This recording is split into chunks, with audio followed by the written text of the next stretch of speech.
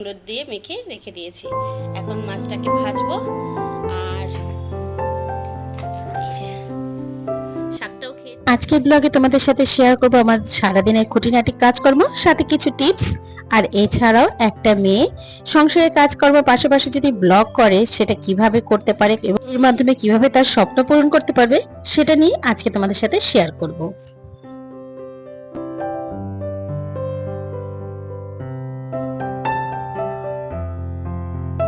ঘুম থেকে উঠেই কিন্তু আমাকে রান্নাঘরে ঢুকতে হয়। আসলে হাজবেন্ডকে সকালে টিফিন দেওয়া এবং দুপুরের লাঞ্চ সেটাও রেডি করে দেওয়া। তো আজকে হাজবেন্ডকে করে দিয়েছিলাম রুটি এবং সুজি আর ভাত।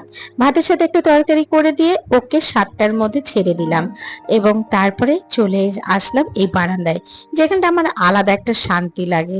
এই দেখো না, এই নীল ফুল গাছটাকে একটু অন্যভাবে তৈরি করছি। একটা নতুন ব্লগ নিয়ে আজ হচ্ছে শুক্রবার। ইতিমধ্যে অনেকটা কাজই হয়ে গেছে। ভাবলাম চলো একটু, অনেক দিন ধরে আবার ব্লগ বানানো হচ্ছে না, একটু একটু করে আবার বানাই। তো চলো আজকে শুক্রবারের ভিডিওটা ব্লগ তোমাদের সাথে শেয়ার করতে চলে এসেছি। আশা করছি তোমাদের খুবই ভালো লাগবে। আর যদি ভালো লেগে থাকে অবশ্যই একটা লাইক, একটা কমেন্ট আর একটা কি করতে হবে, সাবস্ক্রাইব করতে হবে। চলো এই অবধি বলা রইল। বেলা মাছ বের করে ভিজিয়ে রেখেছিলাম, ধুয়ে নুন হলুদ দিয়ে মেখে রেখে দিয়েছি। এখন মাছটাকে ভাজবো। আর এখানটায় শাশুড়ি মা সবজি কেটে রেখেছেন। এই যে আজকে ঝোল করব আলু, বেগুন আর কুমড়োর ডগা দিয়ে।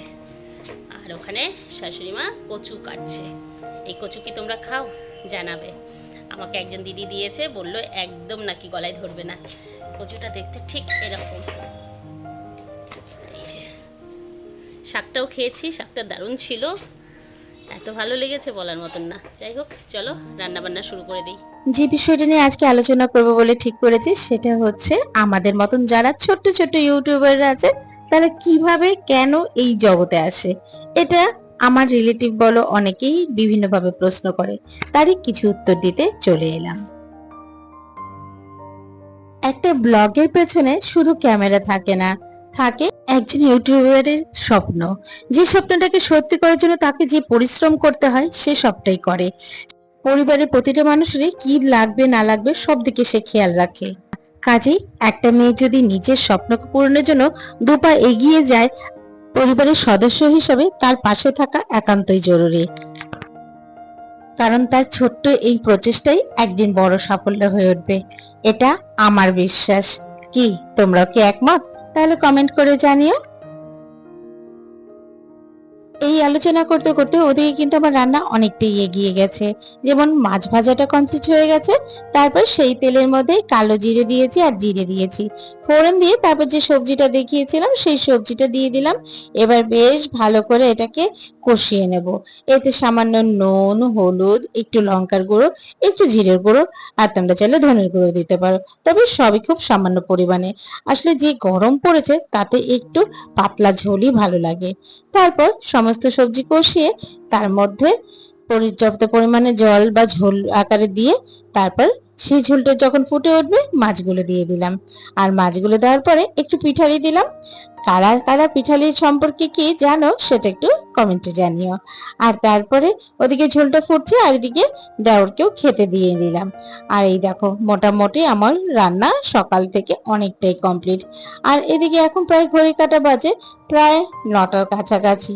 এদিকে ছেলেটাকে সকাল থেকে কিছুই খেতে দেওয়া হয়নি, তাই চটজলদি ওর জন্য একটু বনভিটা গুলে নিলাম। আগে ওকে একটু দিয়ে তারপরে বাকি কাজটা করব।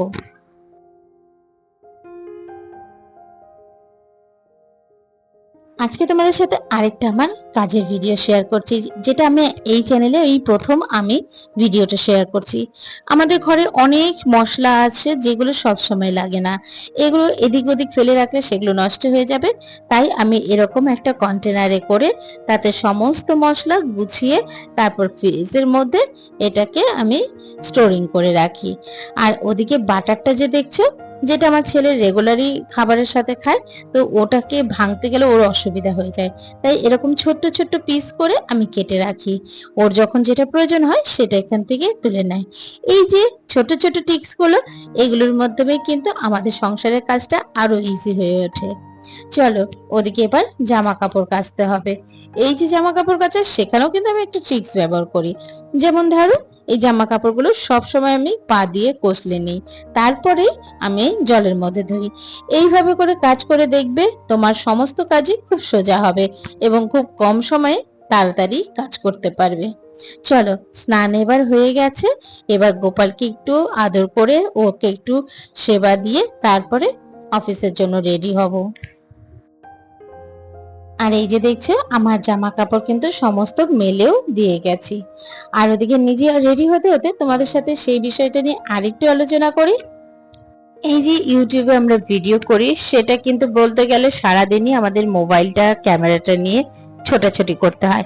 কোন অ্যাঙ্গেল থেকে এটা একটু বেশি ভালো দেখা যাবে, কোন অ্যাঙ্গেল থেকে কিভাবে দেখা যাবে, সবটাই কিন্তু তখন বিবেচনা করতে হয়। কাজে একটা ভিডিও বানানোর পেছনে, তার পেছনে কিন্তু প্রচুর পরিশ্রম থাকে, যেটা দূর থেকে বা বাইরে থেকে কেউ বুঝতে পারে না। শুধু তো ভিডিও তো গেল, এরপরে হচ্ছে ভয়েস ওভার, এডিটিং, সবটা মিলে প্রায় কিন্তু আরো 3-4 ঘন্টা এক্সট্রা লাগে শুধু এই এডিটিং আর ভয়েস ওভার দিতে। যাই হোক, অন্তত আমরা পরিবারের সকলে যদি তাকে অ্যাপ্রিসিয়েট করি, তাহলে সে কিন্তু তার স্বপ্ন পূরণের দিকে এগিয়ে যেতে পারবে। আর এই দেখো, তোমাদের সাথে কথা বলতে বলতে আমি নিজে রেডি হয়ে বিছানাটাকে একটু গুছিয়ে নিলাম। আজ ছেলের ইচ্ছে ছিল না গোছানোর। যাই হোক, তারপর সমস্তটা শাশুড়ি মাকে বুঝিয়ে দিয়ে বেরিয়ে চলে আসলাম অফিসের দিকে। বর্তমানে অনেক গৃহবধূই কিন্তু তার সারাদিনের যে কাজকর্ম, সেই কাজকর্মকে ক্যামেরা বন্দি করে আমাদের এই ইউটিউবে ব্লগের মাধ্যমে বা ফেসবুকেও অনেকে ছোট ছোট মিনি ব্লগ করছে। এর মাধ্যমে তার একটা পরিচিতি গড়ে তুলছে, আর সাথে পরিবারের পাশে তো অবশ্যই দাঁড়াচ্ছে, যার মাধ্যমে তার পরিবারে অর্থনৈতিক সচ্ছলতা ফিরে আসছে। তাই সেই মেয়েটির স্বপ্ন পূরণের জন্য আমরা পরিবারের দিক থেকে প্রতিটা সদস্যই কিন্তু তার পাশে দাঁড়াতে পারি।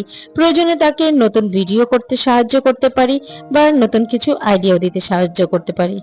আর এই দেখো, তোমাদের সাথে কথা বলতে বলতে আমি কিন্তু রাস্তায় বেরিয়ে পড়েছি। আজ কিন্তু দুটো অটো করে তারপরেই অফিসে পৌঁছলাম। ওই যে টাইমে পৌঁছতে হবে। অফিসের টাইমে আসা যেন একটা চ্যালেঞ্জের ব্যাপার আমার কাছে। প্রত্যেকটা কাজে একটা চ্যালেঞ্জ নিয়ে করলে সেই কাজটা বেশ তাড়াতাড়ি হয় এবং সুষ্ঠুভাবে হয়। যাই হোক, টার্গেট নিয়েছিলাম, টাইমে পৌঁছে গেছি। চলো, এখন বাজে 10টা 13 মতন। এবার অফিসে ঢুকে পড়বো। চলো, টাটা। বুঝতেই পারলে অফিস ছুটির পর ছেলে আর আমি মিলে বেরিয়ে পড়েছি। আজ একটু একটা স্পেশাল জায়গায় যাব, সেটা একটু পরে বলছি।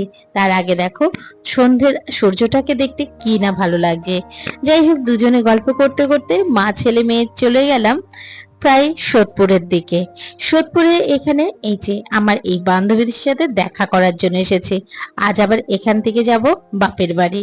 সব মিলে আজকের দিনটা এবং আগামী 2 দিন বেশ কিন্তু অফ ক্যামেরায় থাকবো। হ্যাঁ, ছোট ছোট কিছু শর্ট ভিডিও করব, সেগুলো তোমাদের সাথে শেয়ার করব। আসলে এই সময়টা পুরোটাই আমি একটু ফ্যামিলির সাথে কাটাতে চাইছি, তাই এই সোশ্যাল মিডিয়া থেকে একটু দূরেই থাকবো।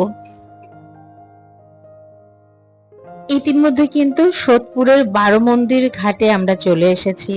আজকে এখানটাই আমাদের আড্ডা স্থল। আজকে বান্ধবীরা মিলে ঠিক করেছে আজকে এখানটায় সময়টা বেশটা কিছুটা সময় একসাথে কাটাবো। ঘড়ির কাঁটা এখন সন্ধ্যা 6টা ছুঁই ছুঁই। আর কিছুক্ষণ বাদে সন্ধ্যা হয়ে যাবে। এদিকে চারপাশটা এত মনোরম, এত সুন্দর লাগছিল, একদম যেন চোখ আর ফেরাতে পারছি না। সেই দৃশ্যটা যেন ক্যামেরা বন্দি করে রেখে বেশ ভালো লাগছে। এরপর দেখতে দেখতেই সন্ধে হয়ে গেল। আর সন্ধেবেলায় যেন গঙ্গার চারপাশ যেন আরো নতুন করে সেজে উঠেছে, যেমন চারদিকে কিন্তু প্রচুর আলো দেখা যাচ্ছে। যাই হোক, এদিকে জলের কি মধ্যে আনন্দ পা লাগছে! দিয়ে কি যে আনন্দ লাগছে, মনে হচ্ছিল যেন স্নানই করে নেই। সত্যি, এরকম পরিবেশ কিন্তু অনেকদিন বাদে পেলাম, বেশ কিন্তু ভালো লাগছে। আর আমরা বান্ধবীরা কিন্তু এই জল ছেড়ে উঠছিলাম না। ওদিকে আমার ছেলে কিন্তু ওপরে বসে বসে আমাদেরকে ভিডিওই করছে।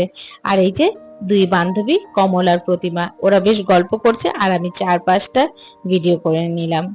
আর চলো, কিছু ছোট ছোট মিনি ব্লগও বানালাম।